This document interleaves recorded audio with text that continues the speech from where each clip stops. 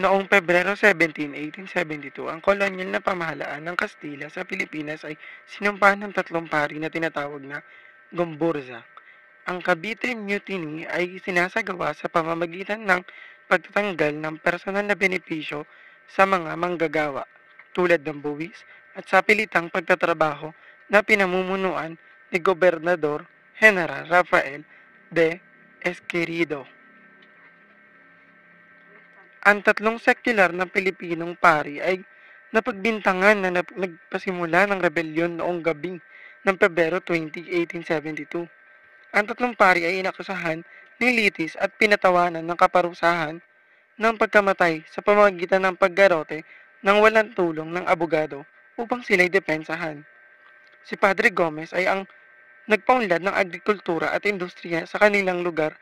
Kilala siya sa pagiging aktibo sa mga gawaing komunidad. Ipinaglaban niya ang karapatan ng mga kapwa niyang paring Pilipino laban sa sirkularisasyon ng mga praileng Kastila. Pasok ang mga kawal sa tanggapan ng General.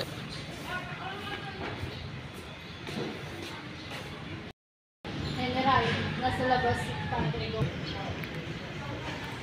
Sige, papasok mo na sila. Nasusunod ni General. Papapasukin ng mga kawal si Padre Gomez sa tanggapan ng General. Umaga, Padre Gomez. Magandang umaga rin, General. Bakit napulakan ka? Maaari ko bang hingin ang reforma ng lupa ng mga magsasaka? Sige, papasukin mo ang mga magsasaka. Susunod po ako. Papasok ang kawal kasama ang mga magsasaka.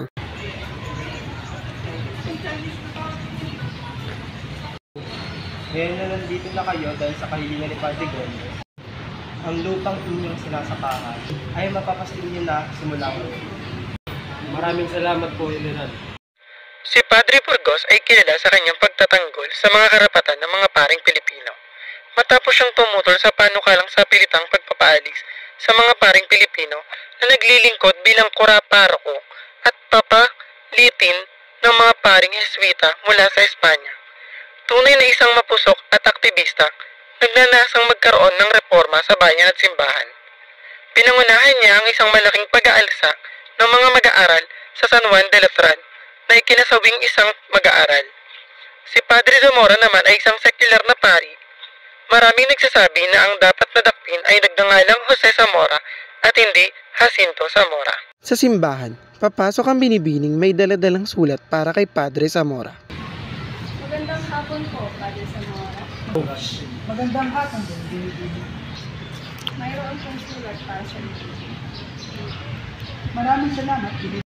Ito ay isang pagsasona ng mga makapangyarihang Kastila dahil sa pagsulsol ng mga Kastilang praile na naiinggit sa itinatag na sekular ng mga paring Pilipino. Papasok ang mga kawal.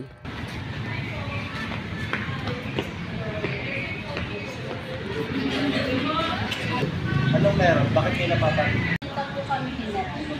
Ano yun? May hinala po kami na si Padre Zamora ang may pasimuno ng pag-akla sa Cavite. Paano mo naman nasabi? Kasi po may pinadalang kay nahinala mo sa akin. Ang pagsasonang ginawa ay upang patahimikin ang mga laban sa kanila, magbigay aral at takutin ng nakakarami upang huwag tularan. Meron din nagsasabi na si Padre Zamora ay isang marangal na Pilipinong pari na kaya lamang dinakip ay dahil sa pagiging malapit niya kay Padre Burgos. Alas 5 ng umaga na nasabing araw, hiniling ni Gobernador General Rafael de Esquerdo sa Arsobispo ng Maynila na bagong magarote ang tatlong pari upang sila ay lalong mapahiya at nararapat na ang mga ito ay hindi nakasuot ng kani-kanilang abito.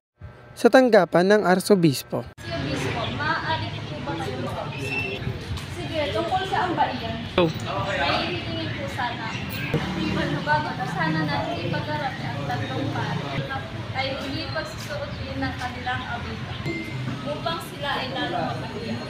Hindi sinunod ng Arsobispo ang kahilingan ng General sapagkat naniniwala siyang inosente ang tatlong pari. Ang pagdadakip sa tatlong pari. Nagpilat dahil dito ang tatlong pari. Masusunod po.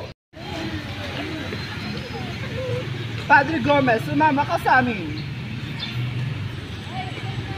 Huwag niyo po nang dakpin! Wala po nakasalanan! Huwag niyo po nang dakpin! Wala po nakasalanan! Sunod na dinakip si Padre Burgos at Padre Zamora. Sumama kayo sa amin, Padre Burgos. At Padre Zamora. Ano yung mga to, ha? Ang arsobispo ay nagpatunog ng mga kampana upang bigyan ng huling saludo ang tatlong pari, habang ang mga ito ay patungo sa bagong bayan.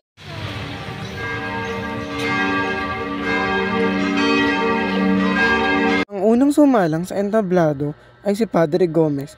Sa edad niyang 85 taong gulang, siya ay naglakad patungo sa garote ng ugod-ugod at pagod na pagod. At siya ay nagwika ng mga katagang, Tayo ay magtungo kung saan ang mga dahon hindi matitinag kung hindi papagalawin. Nang may kapal! Nang marinig ni Padre Zamora ang kanyang pangalan, ito ay umakyat sa entablado na walang sinasabi. Tahimik at mahinahon na nagpalagay ng itim na tela sa kanyang muka. Matapos magarote, ang dalawang pari, si Padre Burgos ay pumanhik sa entablado ng kamatayan. Mahinahon siyang umupo sa garote habang umiiyak at sumigaw ng, Nagawa kong kasalanan, ha? Mamamatay ako ng walang saysa. Diyos ko, walang katarungan ng mundong ito. Yan na. lumapit ang berdugong sa kanyang papatay at sinabihan niya ng mga katagang, Anak, kaya patawad ng isa. Gawin mo na yung nag-uutos ko. Habang hinihigpitan ang tali ng garote sa kanyang leeg, siya ay muling sumigaw ng, Ito na ang isang kaluluwa ng isang inosente! kung hindi sa pangyayaring iyon, wala sana ngayong Plaridel at lilitaw na pangkat ng mga magigiting na Pilipino. Kung wala, ang araw na iyon, si Rizal sana ay hindi susulat ng Noli Me Tangere at El Filibusterismo at susulat lang ng mga kabaliktaran nito. Maraming salamat po.